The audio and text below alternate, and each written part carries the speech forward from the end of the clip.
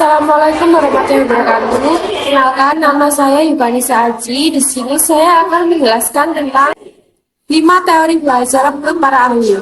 Yang pertama, teori belajar menurut Thorndike.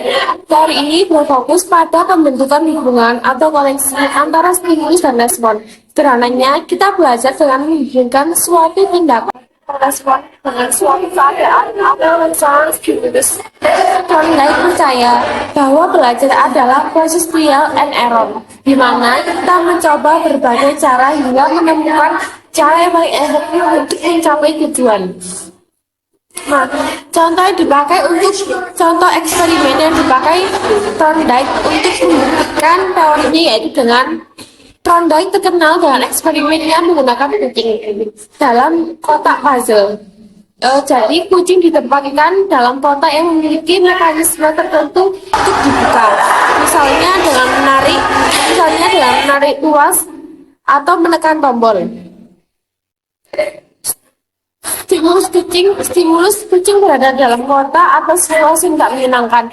Responnya, awalnya kucing akan mencoba berbagai cara untuk keluar seperti berlari atau melompat. Hukum efek. Ketika kucing tidak sengaja menemukan cara untuk membuka kotak, misalnya dengan menarik tuas yang benar, dia akan menemukan makanan di luar. Pengalaman positif ini akan memperkuat hubungan antara tindakan menarik tuas dan keluar dari kotak. Seiring waktu, kucing akan semakin cepat menemukan cara untuk membuka kotak karena tindakan yang menghasilkan hadiah atau makanan akan semakin sering diulang.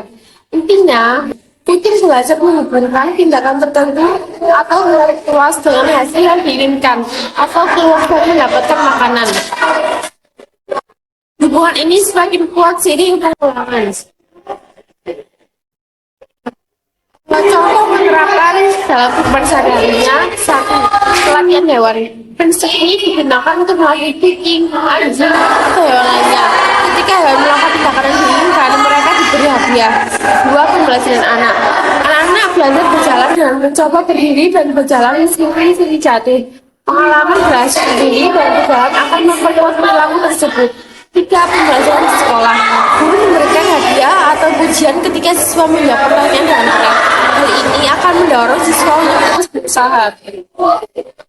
Jadi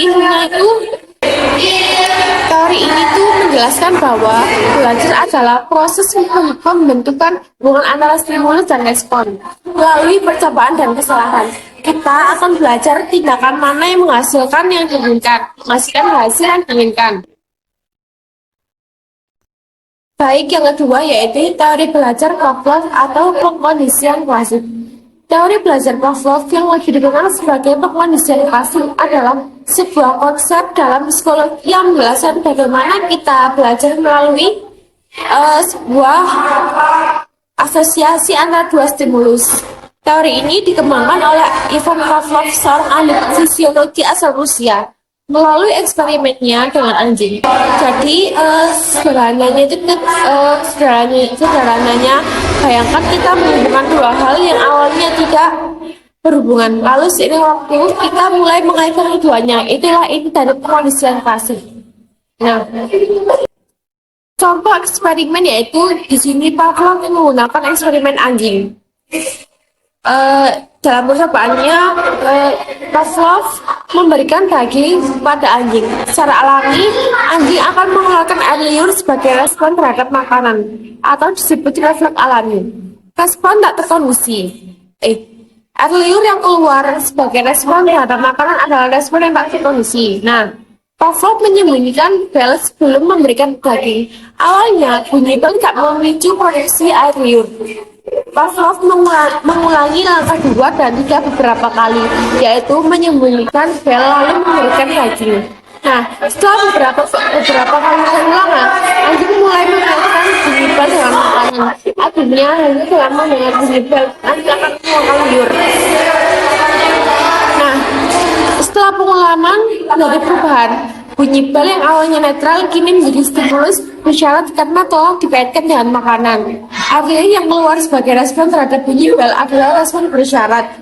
Intinya, anjing telah belajar untuk mengasosiasikan bunyi bel dengan makanan, sehingga memiliki respon yang sama, yaitu proteksi air liur atau respon berjarak. Nah, jadi intinya itu menjelaskan bahwa teori ini belajar bisa terjadi melalui asosiasi antara dua stimulus. Prinsip ini memiliki implikasi yang luas dalam berbagai bidang, termasuk psikologi, pendidikan, dan pemasaran. Nah, yang ketiga yaitu teori contingent conditioning yang dikemukakan oleh Edwin Ray Guthrie. Teori ini berfokus pada kedekatan antara stimulus rangsangan dan respon atau tanggapan. Guthrie berpendapat bahwa belajar terjadi ketika suatu stimulus menjadi bersamaan dengan suatu respon akan cenderung diikuti oleh respons yang sama pada kesempatan berikutnya. Sederhananya, apa yang terjadi bersamaan pada saat belajar akan cenderung dipahami. Jadi, kemudian sederhana itu ketika Anda sudah belajar tari, setiap kali musik dimulai, stimulus Anda melakukan gerakan tertentu. Ini disebut respon. Seiring waktu, ketika musik dimulai, Anda akan secara otomatis melakukan gerakan tersebut karena terasosiasi secara kuat. Jadi contohnya itu seperti kebiasaan.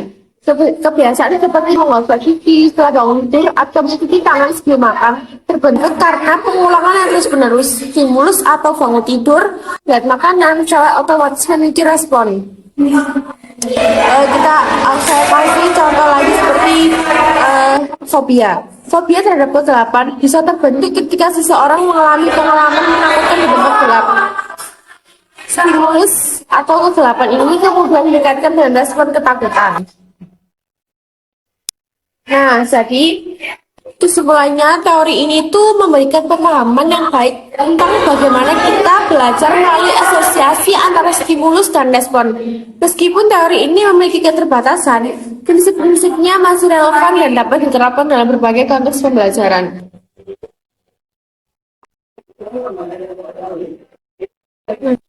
Berikutnya, teori belajar yang dikemukakan oleh B.F. Skinner, yaitu pengkondisian operan atau operant conditioning.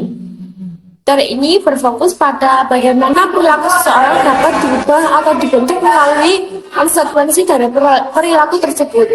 Skinner berpendapat bahwa perilaku yang diikuti oleh konsekuensi yang menyenangkan cenderung akan hilang. Sedangkan perilaku yang diikuti oleh konsekuensi yang tidak menyenangkan cenderung akan dihindari. Jadi sederhananya seperti bayangkan jika kita melatih anjing. Jika setiap anjing itu setiap kali anjing duduk, kita memberinya hadiah, anjing akan lebih sering duduk karena yang mengaitkan menunjuk itu dengan hadiah, sesuatu yang menyenangkan. Sebaliknya, jika anjing itu digigit, jika menegurnya, kita menegurnya, anjing akan cenderung menghindari menggigit karena ia melakukan tindakan menggigit dengan teguran. Jadi itu sesuatu yang tidak menyenangkan. Contoh dalam kehidupan sehari-hari yaitu seperti pembelajaran di sekolah. Siswa akan rajin belajar dan mendapatkan nilai bagus akan diuji oleh guru. Jadi menjadi tempat buat siswa untuk belajar.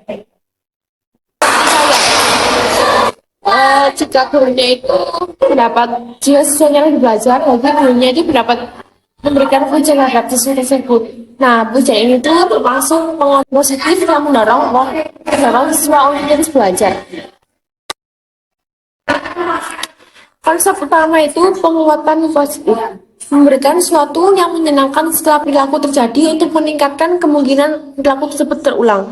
Dua, penguatan negatif, menghilangkan sesuatu yang tidak menyenangkan setelah perilaku terjadi untuk meningkatkan kemungkinan perilaku tersebut terulang. Yang ketiga, hukuman positif, memberikan sesuatu yang tidak menyenangkan setelah perilaku terjadi untuk mengurangi kemungkinan perilaku tersebut terulang. Yang keempat, hukuman negatif, menghilangkan sesuatu yang menyenangkan setelah perilaku terjadi untuk mengurangi kemungkinan perilaku tersebut terulang. Yang terakhir, pembentukan atau shadis, proses memperkuat perilaku yang negatif perilaku target secara bertahap. Kelebihan teori ini yaitu praktis dapat diamati, dapat diterapkan pada berbagai perilaku, memiliki banyak aplikasi dalam digital dan pelatihan. Ulangannya itu tidak menguntungkan faktor internal seperti motivasi, intrinsik, dan kontribusi. Terlalu berfokus pada perilaku eksternal dan mengabaikan proses berpikir. Jadi teori ini tuh memberikan pemahaman yang baik tentang bagaimana lingkungan dapat membentuk perilaku kita. Prinsip-prinsip dalam teori ini dapat digunakan untuk merancang program pembelajaran yang efektif dan memotivasi. Nah, yang terakhir yaitu teori belajar menurut guru. Teori ini merupakan pengembangan lebih lanjut dari teori behavioristik sebelumnya, seperti dari Avlos dan Thorndike. Guru berusaha untuk menciptakan sebuah model matematis yang dapat menjelaskan proses belajar secara komprehensif. Teori ini berfokus pada hubungan antara stimulus, attention, dan respon tanggapan yang diperkuat. Belajar adalah proses membentukkan kebiasaan melalui pengulangan respon yang diikuti oleh penguatan. Semakin seiring suatu respon diberikan, semakin berulang kebiasaan. Seperti bayangkan jika saya ditempatkan dalam kotak sebenarnya, setiap kali puas, ia akan mendapatkan makanan atau penguatan. Tikus akan belajar menekankan puas setiap kali ia lapar atau puas. Semakin sering tikus menekan puas dan mendapatkan makanan, semakin kuat hubungan antara menekan puas dan mendapatkan makanan. Nah, proses belajar modul ini adalah stimulus, tikus melihat puas, responnya itu tikus menekan puas, penguatannya tikus mendapatkan makanan, pengulangan proses satu kali diulang berkali-kali. Pembentukan kebiasaan semakin sering pengulangan terjadi, semakin kuat hubungan antara menekan puas dan mendapatkan makanan. Nah, cara teori ini tuh bisa dilakukan dalam kehidupan sehari-hari. Contohnya pembelajaran di sekolah. Siswa yang lebih sering mendapat pujian ketika menjawab pertanyaan dengan benar akan lebih memotivasi untuk belajar. Jadi, kesimpulannya teori ini tuh menjelaskan bahwa memberikan kerangka kerja yang berguna untuk memahami bagaimana kebiasaan ini tuh terbentuk melalui pengulangan dan penguatan. Meskipun teori ini memiliki pembatasan, prinsip-prinsip dasarnya masih relevan dan dapat diterapkan dalam berbagai konteks pembelajaran. Sekian, terima kasih. Wassalamualaikum warahmatullahi wabarakatuh.